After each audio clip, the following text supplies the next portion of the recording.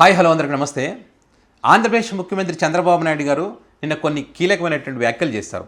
ఆయన చేసినటువంటి వ్యాఖ్యలు ఏంటంటే, ఏదైతే రాజకీయ ముసుగులో తప్పుడు పోస్టులు పెట్టినా, సోషల్ మీడియా వేదికగా ఫేక్ న్యూస్ స్ప్రెడ్ చేసినా అలాంటి వాళ్ళను ఉపేక్షించేది ఉండదు, కఠినమైనటువంటి శిక్షలు ఉంటాయి రానున్న రోజుల్లో, చూస్తారా అని చెప్పి ఆయన నేను చెప్పడం జరిగింది. ఆయన చెప్పినటువంటి కొన్ని గంటల్లోనే ఈ కూటమి సర్కారు వివరిస్తున్నటువంటి తీరుకు సంబంధించి హైకోర్టు ఒక వార్నింగ్ ఇచ్చిందని చెప్పాలి, సీరియస్ వార్నింగ్ ఈ పోలీస్ అధికారులకు.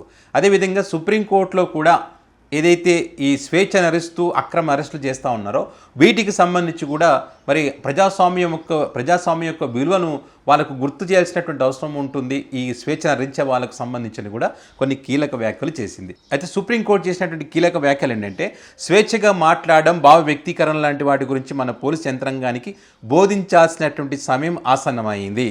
అలాగే ఈ విషయంలో వారికి జ్ఞానోదయం కూడా కలిగించాలి. స్వేచ్ఛగా మాట్లాడడం, భావ వ్యక్తీకరణపై ఎంతవరకు సహేతుక నియంత్రణ విధించాలన్న దానిపై అవగాహన కల్పించాలి. రాజ్యాంగం మనకు అందించినటువంటి ప్రజాస్వామ్య విలువల గురించి కూడా వారికి అవగాహన కల్పించాల్సినటువంటి సమయం వచ్చింది. అంటే ఇష్టం వచ్చినట్టుగా ఎవరైనా పోస్ట్ పెడితే ముందు వెనక విచారణ ఏది లేకుండా అరెస్టు చేసినటువంటి క్రమంలో ప్రొఫెసర్ జావీద్ అహ్మద్ అజాం కేసులో సుప్రీంకోర్టు ఈ కీలకమైనటువంటి వ్యాఖ్యలు చేసింది.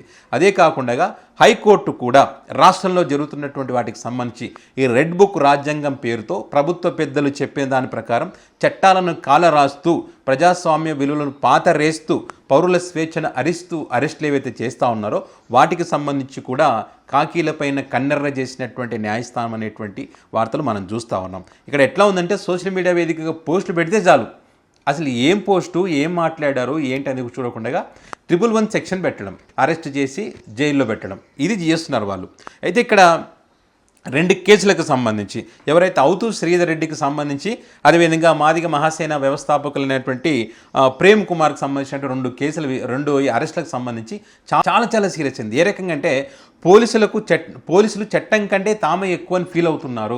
చివరికి కోర్టులో ఉన్నటువంటి వారిని కూడా తీసుకువెళ్ళి అరెస్టు చేస్తారేమో, అంటే చట్టం అంటే గౌరవం లేదు వీళ్ళకు, ఇష్టరీతిన వ్యవహరిస్తూ అందులో ఏముంది ఏందని తెలియకుండా, ఏ సెక్షన్లు పెడుతున్నారో తెలియకుండా అరెస్టు చేయడం ఎంతవరకు కరెక్ట్ అని చెప్పి వాళ్ళకు వార్నింగ్ ఇచ్చింది. కర్నూలు 3 టౌన్ SHOకు కూడా డైరెక్ట్గా ఇక్కడ హాజరు కావాలని చెప్పి కూడా వార్నింగ్ ఇచ్చినటువంటి పరిస్థితి. ఇక్కడ అవుతు శ్రీధర్ రెడ్డికి సంబంధించి చూస్తే కనుక 47/1 అంటే BNSS ఈ సెక్షన్ కింద సరైనటువంటి అరెస్టుకు సంబంధించి సరైనటువంటి ఆధారాలు అక్కడ సమర్పించలేదు.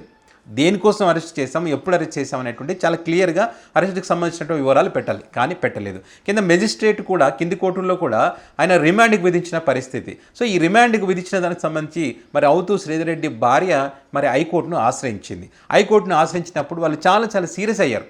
ఇది కరెక్ట్ కాదు ఇదని, ఎందుకంటే మీరు ఈ రకంగా చేస్తూ పోతే ఇది చిన్న పొరపాట్లు అనుకుంటే మేము సహించాం, పౌరుల యొక్క స్వేచ్ఛను హరిస్తే మాత్రం చూస్తూ ఊరుకునేది చాలా సీరియస్గా ఉంటుంది అని చెప్పి కూడా హైకోర్టు చెప్పినటువంటి పరిస్థితి. సో కాబట్టి వెంటనే అవుతూ శ్రీధర్ రెడ్డిని విడుదల చేయాలని చెప్పి కూడా హైకోర్టు ఆదేశాలు ఇచ్చింది. మరి అదేవిధంగా ప్రేమ్ కుమార్ సంబంధించి ఆయన కూడా ఒక రీల్ చేసి పోస్ట్ పెట్టారు. అంటే ప్రభుత్వం యొక్క తప్పులకు సంబంధించి, వాళ్ళు ఇచ్చినటువంటి హామీలకు సంబంధించి అమలు చేయకుండా ఎట్లా మోసం చేస్తున్నారనే దానికి సంబంధించి. ఎందుకంటే స్వయంగా చంద్రబాబు నాయుడు గారి అసెంబ్లీ సాక్షిగా సూపర్ సిక్స్ చూస్తుంటే భయం వేసింది, అమలు చేయడం కష్టమే, ఖజానా ఖాళీ ఉంది, అర్థం చేసుకోవాలని చెప్పి ఆయన చెప్తున్నటువంటి పరిస్థితి. సో వాటికి సంబంధించి ఇప్పటి వరకు కూడా చూస్తున్నాం, సంవత్సర కాలంగా వస్తున్నా కూడా అమలు చేసేటువంటి అవకాశం లేదు.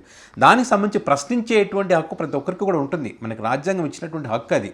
ఆ ప్రశ్నించినప్పుడు దానికి తగ్గ సమాధానం చెప్పాలి. అంతేగాని మమ్మల్ని ప్రశ్నిస్తారా అని చెప్పి అధికారంలో ఉన్నారు కదని చెప్పి అహంకారంతో ఈ పోలీసు యంత్రాంగాన్ని వాడి అరెస్టులు చేస్తే ఎట్లుంటుందంటే, న్యాయస్థానంలో ఖచ్చితంగా సీరియస్ అవుతాయి, వాళ్ళపైన చర్యలు తీసుకునేటువంటి అవకాశం కూడా ఉంటుంది ఇదే రకంగా వ్యవహరిస్తే. సో ఈ వ్యక్తిని కూడా అరెస్ట్ చేసి ఆ రీల్ పెట్టారని చెప్పి, అందులో రీల్ పెట్టారని అరెస్ట్ చేసి దాన్ని ఏ రకంగా చెప్పారంటే, అందులో ఏ రకంగా రాశారంటే అక్రమ వసూళ్లకు పాల్పడుతున్నాడు, బ్లాక్మెయిల్ చేస్తూ ఉన్నారని చెప్పారు. ఈ విషయంలో సీరియస్ అయింది కోర్టు. అదేంటి, రీల్ పోస్ట్ చేస్తే అక్రమ అరెస్టుల కిందకి ఎట్లా వస్తుంది? ఇది రీల్ పోస్ట్ చేయడం ద్వారా బ్లాక్మెయిల్ చేసినట్టు ఎట్లా అవుతుంది? కాదు కదా. అదేవిధంగా 300 రూపాయలు అరెస్ట్ చేసినప్పుడు 300 రూపాయలు దొరికాయంట. ఆ 300 రూపాయలు దొరికితే అది అక్రమ వసూలైనట్ట. సో ఆ రకంగా మీరు ఏమైనా అనుకుంటున్నారని కూడా న్యాయస్థానం వాళ్ళపైన సీరియస్ అయింది, పోలీస్ అధికారులపైన. అంటే ఇప్పుడు ప్రభుత్వాలు వస్తుంటే పోతుంటాయి, అంతేగాని ప్రభుత్వ పెద్దలు చెప్పారని చెప్పి ఇష్టం వచ్చినట్టుగా ఈ పోలీస్ అధికారులు కూడా వెనక ముందు ఏం చూడకుండా, తప్పేం చేశారని చూడకుండా ఇష్టం వచ్చినట్టుగా సెక్షన్లు పెట్టుకుంటా 111 సెక్షన్లు పెట్టి వాళ్ళని బయటికి రాకుండా చేయాలనేటువంటి ఒక కుట్ర అయితే చేస్తూ ఉన్నారు. ఇప్పుడైతే వరుసగా ఇప్పుడు 1 కాదు 2 కాదు చాలా కేసుల్లో ఇదే రకంగా హైకోర్టు సీరియస్ అవుతూ వస్తుంది. అత్యున్నత న్యాయస్థానం సుప్రీంకోర్టు కూడా ఈ విషయానికి సంబంధించి ఖచ్చితంగా వాళ్ళకు పోలీసు అధికారులకు అవగాహన కల్పించాల్సినటువంటి సమయం ఆసన్నమైందంటే ఎలాంటి పరిస్థితుల్లో ఉందో మనం అర్థం చేసుకోవచ్చు. చట్టాన్ని ఎంత దారుణంగా ఉల్లంఘిస్తున్నారో అధికారం ముసుగులు అనేది మనం అర్థం చేసుకోవచ్చు. సో ఈ 111 సెక్షన్ అనేటువంటిది కూడా చాలా దారుణమైనటువంటి సెక్షన్. ఇది 111 సెక్షన్ దేనికి పెడతారు? అసలు న్యాయవాదులను ఎత్తినోరు మొత్తుకుంటున్నారు. అసలు ఈ సెక్షన్లే పెట్టకూడదు. ఈ సెక్షన్లో వర్తించేది కిడ్నాపింగ్, దొంగతనము, వాహన దొంగతనాలు చేసేవాళ్ళు కానీ, బలవంతపు వసూళ్లకు పాల్పడేటువంటి వాళ్ళు కానీ, కాంట్రాక్ట్ కిల్లింగ్ కానీ, ఆర్థిక నేరాలు కానీ, సైబర్ నేరాలు కానీ, మానవ అక్రమ రవాణా కానీ, అదేవిధంగా మదక ద్రవ్యాలు కానీ, ఆయుధాలు సప్లై చేయడం కానీ, ఈ రకంగా చేసేటువంటి వాళ్ళకు సంబంధించి ఈ 111 సెక్షన్ అనేది పెడతారు. ఒకవేళ అందులో కానీ అది నిరూపించబడింది అనుకో, వాళ్ళు ఖచ్చితంగా మరణశిక్ష లేదా జీవిత ఖైదు లేదా 10 లక్షల వరకు జరిమానా విధించేటువంటి అవకాశం ఉంటుందని చెప్పి న్యాయవాదులు చెప్తా ఉన్నారు. ఇక్కడ సోషల్ మీడియా వేదికగా పోస్ట్ పెడితే దీనికి 111 సెక్షన్ పెట్టడం ఏందని చెప్పి నెత్తునోరు వాళ్ళు మొత్తుకుంటున్నారు. న్యాయస్థానాలు కూడా ఈరోజు అదే రకంగా మాట్లాడుతున్నటువంటి పరిస్థితి. ఇదంతా ఏముండదు, ఇక్కడ కేసులు విచారణ ఉండదు, సరైనటువంటి ఆధారం దొరకవు. కాకపోతే ఏంటంటే భయపెట్టాలి, వీళ్ళని భయపెట్టి ఇంకొకసారి ప్రభుత్వానికి వ్యతిరేకంగా ఎవరు మాట్లాడకూడదు, అక్కడ మనకు ఇష్టం లేనటువంటి పార్టీలు పెడతారు వాళ్ళకి సపోర్ట్గా వీళ్ళు ఎవరు పోస్టు పెట్టకూడదు అన్నది వీళ్ళ యొక్క ఉద్దేశంలాగా కనిపిస్తుంది. కంట్రోల్ చేయకపోతే కనుక ప్రజాస్వామ్యం ఉనికిని కోల్పోయేటువంటి అవకాశం ఉన్నటువంటి అభిప్రాయాలు వ్యక్తం చేస్తున్నటువంటి పరిస్థితి. సో దీనికి సంబంధించి మీ అభిప్రాయాన్ని కామెంట్ రూపంలో పెట్టండి.